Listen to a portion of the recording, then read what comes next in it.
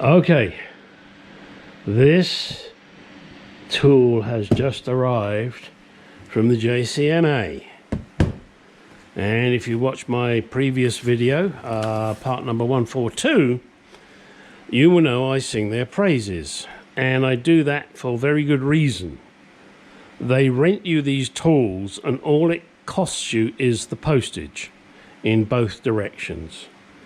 There is no actual cost to borrow the tool. The last tool I borrowed from them in part number 142 on JagVet 1 was the hub removal tool. At the end of the day, they obviously took a deposit initially and then returned most of the money. And I think they took $750 as a security because that tool was worth a lot of money and probably is not obtainable anymore. And I returned it to them at whatever cost I decided. And you know, I decided how to ship it back. The method I chose, I think, cost me just over $30, and they charged me $25 for them to ship it to me. They're not going to do it for free. Now, I've just had this tool arrive, and this, boy, is this one going to be fun. This is really going to be a bum twitcher. The purpose of this tool is to expand. Oh, look, I look like John Cooper. Oh, pointy, pointy, point. Doesn't like to use his fingers for some reason. Sorry, John. It just amuses me. This tool is so that I can get this, the crown wheel and everything other shit, out, because I need to get my axle powder coated. But try as I may, I cannot get it out. How's this tool going to help me, you may well ask? Well, it stretches this cast iron housing. What do you say? It's cast iron. How can it stretch it? In all honesty, until I do it, I do not know. I will support this axle and put this tool on it, and as far as I'm aware, and bear in mind I haven't opened the box yet and I haven't read all the instructions, and I will, that it prizes somehow the cast iron casing apart enough for me to pull this out. Now, it doesn't need much, because I think, and I'm willing to be corrected here, that in here and in here there are shims, and that's what's holding that baby in there. So what I have to do is put this tool on, which I will open in a second and you will see it, and stretch the casing apart by merely thousandths of an inch to be able to pull this beast out. As I said, I tried various methods to get it out. It wasn't going to come out. It said, no, go away, go forth and multiply. So this is going to be an experiment, and I will show you, and hopefully it doesn't turn into a disaster and I break the case, which is why I'm going to read up on how to do it. I'm going to follow every instruction that the professionals tell me. I am rebuilding this axle myself at home. So you will see if this is successful or not, and if you want to get into it or not. And once again, I do want to give a shout out to the Jaguar Car Club of North America for this loan program, and it is a loan. And I am taking this out to get this rear differential blasted and powder coated, and I've spoken to the people that have lent me this tool and said, hey, look, you know, I can't do it in, you know, 2-3 days, 10 days. It may take longer. So I have made special arrangements with them. And do understand that on certain tools you can do that. You can make special arrangements with these people, and they are very accommodating. But it depends on the popularity of the particular tool you are renting. And do bear in mind, I think they probably have every tool you could possibly need. All right, I'm going to open this box now. Let's have a look. I've got to do it one-handed because I've lost my strap-on. Don't know where that went, but I don't think I can damage the tool with this knife because it's a big chunk of steel.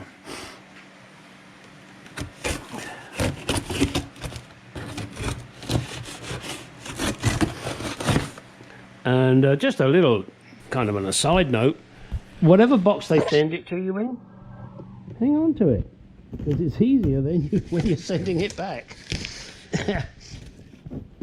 Now this particular item, I don't know what it weighs. It weighs 22 pounds. And you can see in there are some instructions which I will adhere to rigidly. Now, as you can see, the guy that I got this from in, I think he's based in South Carolina. 15/16 wrench required. Best wishes. Got to return it to a different address. This will save you some dollars.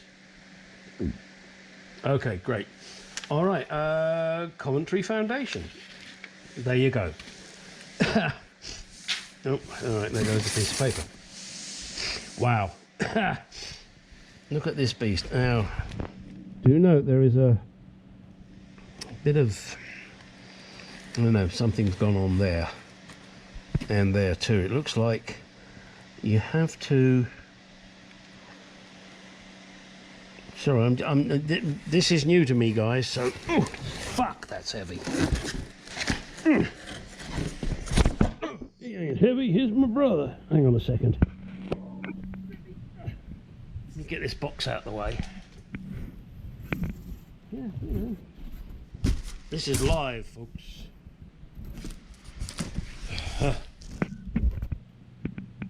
Let's get the beast on the bench. Now, just so you get a rough idea, that's how it goes. It's very rough, but I will show you the true way that it goes. I'm going to look it up. I imagine bolts go through here, here, and here, and here into these holes here, here, here, and here. But I do not know that for a fact. It's interesting. Are they of the same? Yeah, it looks that way. All right.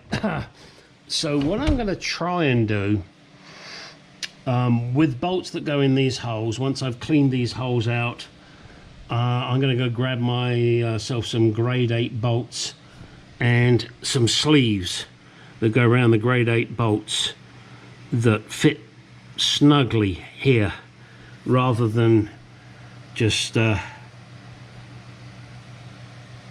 I'm sorry, I'm thinking, and it hurts. Yeah, I've got to get some kind of sleeve in there so that it's not the skinny bolt that goes in there, which is what, 5/16 maybe, and this is what, 3/8, something like that, maybe, no, maybe even bigger. All right. But the idea of the tool is to stretch the case open, and you do that by cranking on this. Now I can see it looks like someone has put some copper grease on there already. I think I'm going to take it apart and slap a lot more copper grease on there. Yeah, definitely. So that's tomorrow's video for me. For you, it's the next clip. This is one hell of a beast, and I hope I can do it. I I know that once I have the tension on this with this nut, I mustn't go crazy. I'm not quite sure how. I'm gonna see if I can find some instructions that says, you know, 2 turns and that's it. There's a number 4 and a number 5 on there, and I don't know why. There's a number 3 and a number 2 and a number 1. So I will look at the Jaguar manual and see what it says, and if I'm not sure, I'll call the JCNA and say, oi, how do I do this? It says 1 2 3 4 5. Do I just turn it 1? Do I turn it 2? Do I turn it 3? Do I turn it 4? Do I turn it 5? Not sure. But the whole idea is purely just to pry that apart and then pull this out. We'll see how it goes in the next clip. I will set up the video so that you can see it, and I have both hands free to play with this beast. Oh, and there's my ratio there. It says Horatio 8084. Not quite sure what that means. I am no axle expert. Oh, what have we got here? Can't really make that out. What does it say here? 4HA0167A49 by 13 STLATKK62. Okay, anybody speak diff? Let me know what that means. I don't speak diff. I speak crap. I speak, what is it my mother said? You speak English and rubbish. And she was right. I also speak American and German. Well, some German. Don't I, Udo? Gute Nacht. Guten Tag. 2 Bier bitte. I have limited German. Alright guys, let's get on with it. Right, moving on with the rear axle. This is my service manual that I purchased on eBay, an original manual. Looks like it was originally owned by somebody called GB Wright, and he's made various notes on the pages here, which is kind of interesting.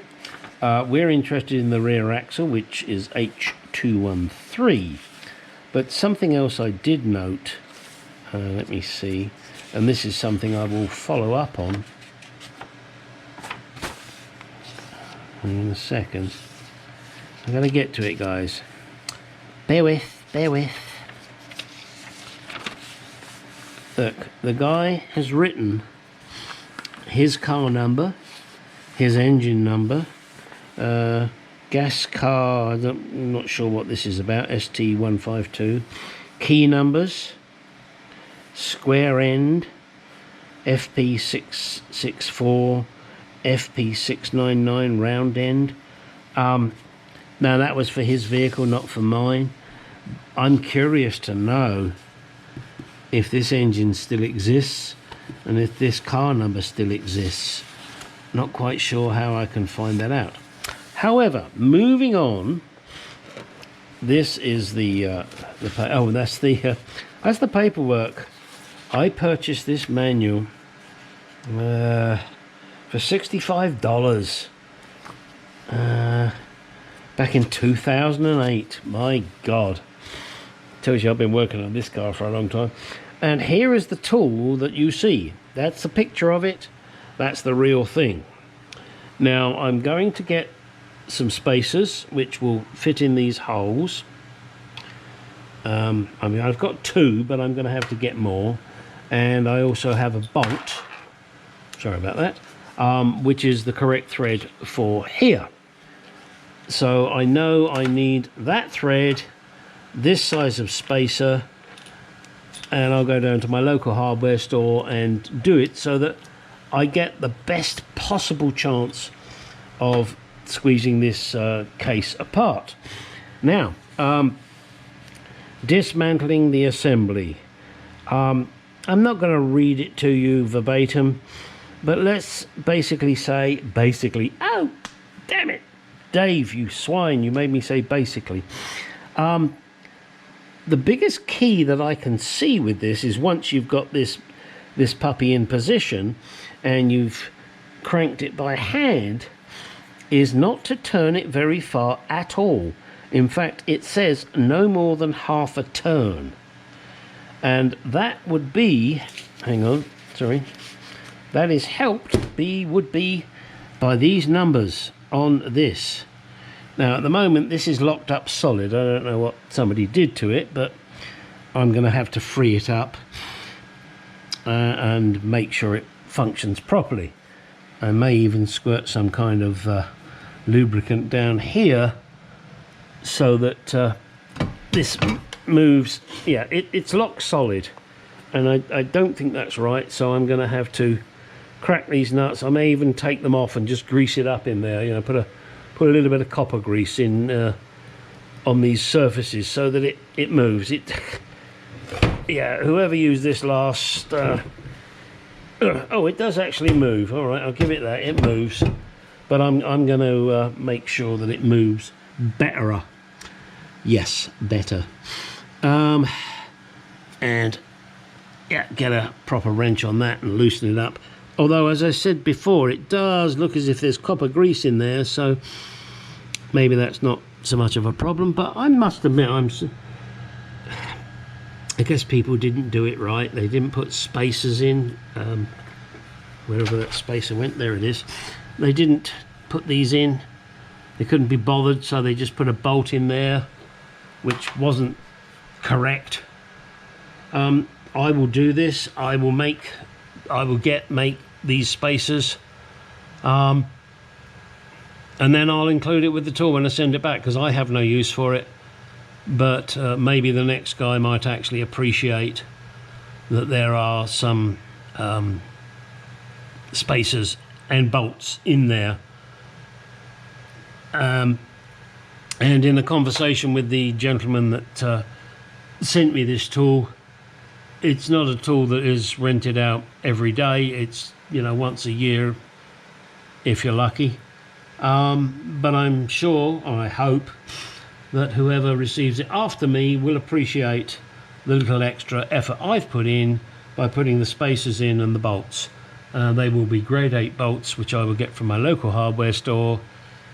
Yes, it's going to cost me a few dollars, but hey, pay it forward. As you will remember from previous videos, I was harping on about left and right. So what I've done on the inside here, which no one will ever see, is I stamped an L and an R. That just makes it simple for me when I'm putting shit back together. I've just done a flat wheel over them to take any raised bits off, and they will now be sandblasted and powder coated. But of course I won't powder coat this. I'm just going to powder coat the bit that you see there, and the bit you see there. Obviously I won't powder coat any of this. This will all be covered in tape, and we'll powder coat it in, I don't know, silver, black, red. I haven't decided yet. If you have any thoughts on that, let me know.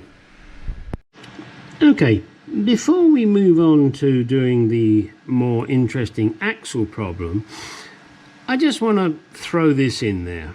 You see this clip here? I looked for this on S&G Barrett's website, and they wanted $25 for it. I thought, that's a stupid little piece of metal. I am not paying $25 for that. Go forth and multiply. So I ran off to Moss, and Moss had it for, I don't know, I want to say $1.49, and the cents may not be quite accurate. So I thought, well, shit, I can't just buy that. That's silly. I need to buy something else as well. So I thought, oh, okay, great. You know, I could do with these little trunnion things, as they call them, to hold the cables. I'll buy a couple of them. I probably only need one, but what the hell, you know, I'll buy two. Doesn't matter to me. So I did. Then I go back to S&G Barrett's site and I find this item again and I click on it. When I clicked on it, it then came up with this $25 one and another one for $1 something. Well, so they lost the sale because their website was poorly designed, and that seems to be a trend these days. Websites are poorly designed. Now, I'm an ex-IT guy. I would never allow a website so poorly designed to go active, and whoever controls, manages the websites should make sure everything works, and they should have it tested by people who know nothing about websites and do not assume anything. But no, that would be the correct way to do it. Anyway, so I bought these two. Now you see that one there? Look at that, beautiful, lovely, nice nut. Look at the end on this one. This is the kind of shit you have to put up with. This is from Moss. There is not a slot in it. There is not a hex head. And I'm going to complain to them because this is fucking ridiculous. I will send them a photograph of this and show them, because what they've sent me is one good piece and one piece of crap, because whoever puts these in the bag doesn't have the fucking brains to realize this is crap, and this is from Moss. It used to be XK's Unlimited and they were good, but since Moss took over, it's shit. And the only reason I bought these two is because I thought it would be wrong to just buy this one item. Now I wished I hadn't.